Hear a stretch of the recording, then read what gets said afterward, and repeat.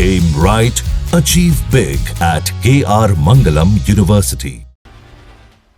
अखिलेश यादव बनाम धीरेन्द्र शास्त्री का राउंड 2 शुरू हो चुका है। अखिलेश यादव जहां भी जा रहे हैं, धीरेन्द्र शास्त्री की फीस बता रहे हैं।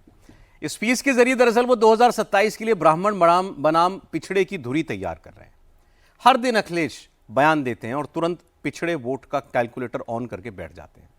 अखिलेश जैसी कैलकुलेशन कल मध्य प्रदेश के गढ़ा गांव में भी होने वाली है। कल बागेश्वर धाम के पीठाधीश्वर धीरेन्द्र शास्त्री का जन्मदिन है। जन्मदिन पर क्या होगा उसका एक ट्रेलर आज दिख गया।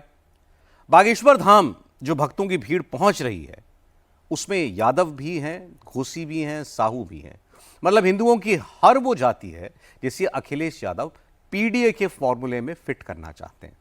इसलिए कल 4 लाख की भीड़ में असल गिनती अखिलेश के पिछड़ा और दलित की होने वाली है, क्योंकि धीरेन्द्र शास्त्री सनातन के नाम पर यूपी के 80% हिंदुओं को ऐड कर रहे हैं और अखिलेश इन्हीं हिंदुओं में पिछड़ा और दलित घटा रहे हैं। कहीं ऐसा तो नहीं है कि हिंदू वोट की हवा में अखिलेश यादव का यादव वोट भी बाबा के साथ चला जाए? कहीं ऐसा तो नहीं है कि अखिलेश को बाबा की फीस बताना महंगा पड़ जाएगा? धीरेन्द्र शास्त्री की यादव कथा के अगले अध्याय में क्या है, आइए देखते हैं इस रिपोर्ट में। क्या बाबा बागेश्वर के दरबार में सिर्फ ब्राह्मण आते हैं? क्या धीरेन्द्र शास्त्री के दरबार में दलित नहीं आते? क्या यादव समाज के लोग बाबा बागेश्वर के भक्त नहीं हैं? बाबा बागेश्वर के दरबार में जाति का सच क्या है? क्या बागेश्वर के दरबार में ब्राह्मण ही भीड़ बढ़ाते हैं?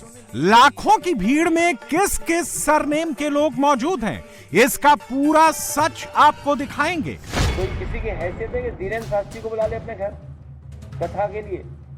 उससे पहले जाति पर यूपी में गरमाई सियासत देख लीजिए। बाबा बागेश्वर पर अखिलेश के प्रहार का दूसरा सैंपल सुन लीजिए। तो आजकल के बड़े बड़े कथावाचक लोग हैं, वो तो उनका बजट भी बहुत बड़ा होता है, कोई स्वीकार नहीं कर सकता है। न जाने कितना बजट होता है उनका, इसलिए वो गरीब परिवार एक गरीब कथावाचक को बुला रहे थे। लेकिन उनके साथ व्यवहार क्या हुआ है, और ये ऐसा व्यवहार हुआ है जो हम लोग कभी भूल नहीं सकते। जो कभी कोई एक मनु महाराज आए थे जिन्होंने गड़बड़ किया था, उसी रास्ते पे चलना चाहते हैं। लेकिन पीडीए के लोग, सामाजिक न्याय की स्थापना करने वाले लोग, कभी इनका स्वीकार नहीं कर सकते हैं, वो रास्ता कभी स्वीकार नहीं करेंगे। इनके लोग ऐसे बैठे हुए हैं जो समय समय पर हमें और आपको अपमानित करते हैं। अखिलेश के टारगेट पर बाबा बागेश्वर है, उनका फोकस 2027 पर है। इसलिए वो हर मंच से कथा की फीस बता रहे हैं और मंच से उतरते ही फ्री कथा वाला फॉर्मूला सुना रहे हैं। भाई हम तो 10 की 10 उंगली कह रहे हैं कि कथा हमारे यहाँ भी कर दो फ्री में और सरकार से कहेंगे कि इंतजाम करे, जैसे और जगह इंतजाम होता है। हम तो सभी कथावाचकों से, और मुझे याद है एक समय था कि डॉक्टर राम मनोहर लोहिया रामायण मेला के पक्षधर थे और रामायण मेला अयोध्या में, चित्रकूट में, उसके लिए बजट होता था। आने वाले समय में फ्री कथा कैसे हो सके, और इनको फ्री कथा करनी चाहिए। हमारा पार्टी कार्यालय बन गया है, हम तो तैयार हैं। तो सवाल ये नहीं है, हर जगह राजनीतिक लाभ लेना चाहते हैं, सवाल कथा का नहीं है। हमारे पत्रकार साथी, यूपी चुनाव से पहले अखिलेश यादव फुल वॉल्यूम में पीडीए का टेप ऑन करके बैठे हैं। लेकिन अखिलेश जिस पीडीए की बात कर रहे हैं उसी पीडीए का महाजुटान मध्य प्रदेश के गढ़ा गांव में हो रहा है। आप मयंक राजपूत। मयंक राजपूत? हाँ। ओम राजपूत। अच्छा, आप? शैलेंद्र घोसी। घोसी जी। अच्छा, और आप? ध्रुव यादव। यादव जी हैं आप? कृष्णा यादव।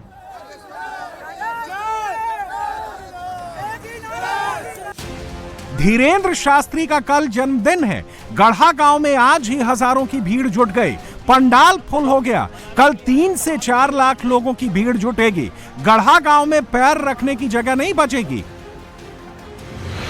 बागेश्वर धाम के पीठाधीश्वर पंडित धीरेन्द्र शास्त्री का जन्मदिन है, 29वां, और इसलिए देश विदेश से तमाम लोग जो है गांव गढ़ा, जो उनका पैतृक गांव है, वहां आना शुरू हो गए हैं। छतरपुर जिले में इस वक्त बारिश का माहौल है और तस्वीरें मैं आपको दिखाऊं तो पानी इस तरीके से भरा हुआ है, लेकिन तमाम जो भक्त श्रद्धालु हैं, आपको अगर मैं दिखाऊं किस तरीके से ऊपर बैठे हुए हैं टीले पर, चारों तरफ अगर आपको मैं दिखाऊंगा तो भीड़ का माहौल है, लेकिन भक्तों की यहां पर कोई कमी नहीं दिख रही है। सब बाबा बागेश्वर का जन्मदिन मनाने यहाँ आए। कहाँ से आए हो आप लोग? हम लोग दिल्ली से आए हैं। दिल्ली से क्या है बाबा में जो देख बहुत कुछ है, चाहते हैं और क्या। अब इतनी पब्लिक है, कुछ तो होगा। इतनी पब्लिक है, कुछ तो होगा बाबा में। देख सकते हैं आप, इस तरीके से लोग टीलों पर चढ़े हुए हैं। बाबा की भक्ति है और जन्मदिन मनाने के लिए आए। हम तमाम लोगों से पूछ भी लेंगे। कहाँ से आए हो आप लोग? हम लोग सर बांदा से आए हैं, बांदा यूपी जी। बस बालाजी के दर्शन करने, गुरु जी के दरबार से मिलने। अच्छा, आप कहाँ से आए हो? हम गोंडा से आए हैं। गोंडा से आए? जन्मदिन है बाबा का? यूपी बालाजी सरकार की। तो बाबा का जन्मदिन जन्मदिन मनाने हैं। हाँ, तो क्या है ऐसा बाबा में जिसके लिए आ गए? शक्ति है, शक्ति है, क्या शक्ति है? पानी बहुत शक्ति है, बहुत शक्ति है बाबा जी का। अच्छा, हाँ। नेताजी तो कह रहे हैं कि बाबा कथा कराने के 50-50 लाख रुपए लेता है। ये गलत है, ऐसा कुछ नहीं है। अच्छा, हाँ, राजनीति हो रही है वो सब। हाँ, वो सब राजनीति हो रही।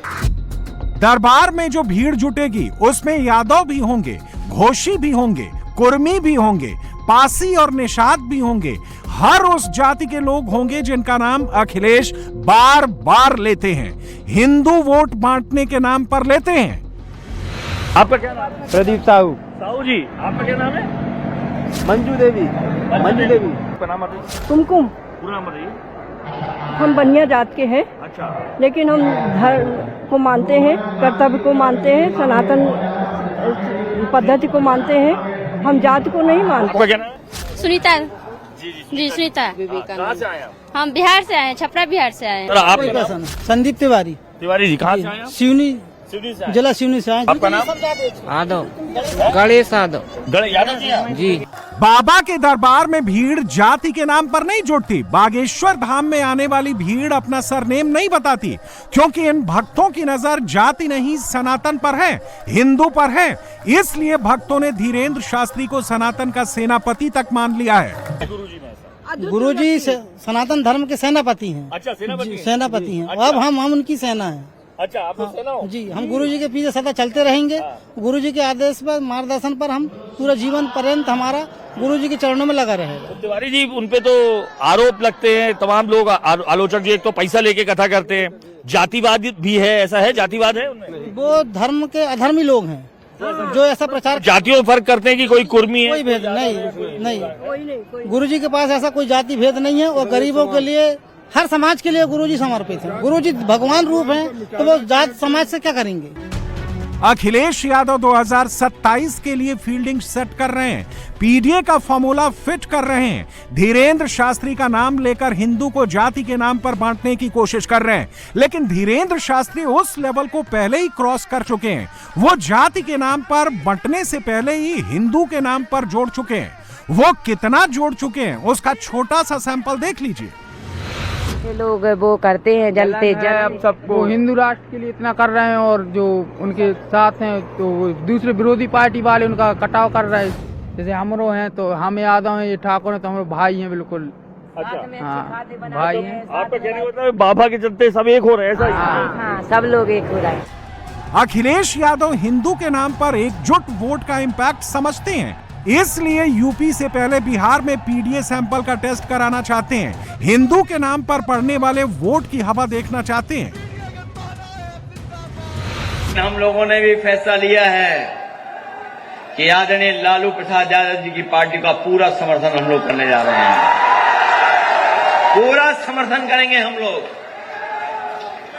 क्योंकि अगर हम आजमगढ़ में खड़े हैं तो जितना दूर लखनऊ है उतना ही दूर पटना है। बताओ, दूरी कम कर दी समाजवादियों ने कि नहीं की कम? धीरेन्द्र शास्त्री की फैन फॉलोइंग पैन इंडिया है। बाबा के लाखों करोड़ों भक्त यूपी, बिहार, महाराष्ट्र, एमपी, राजस्थान, हर स्टेट में मौजूद हैं।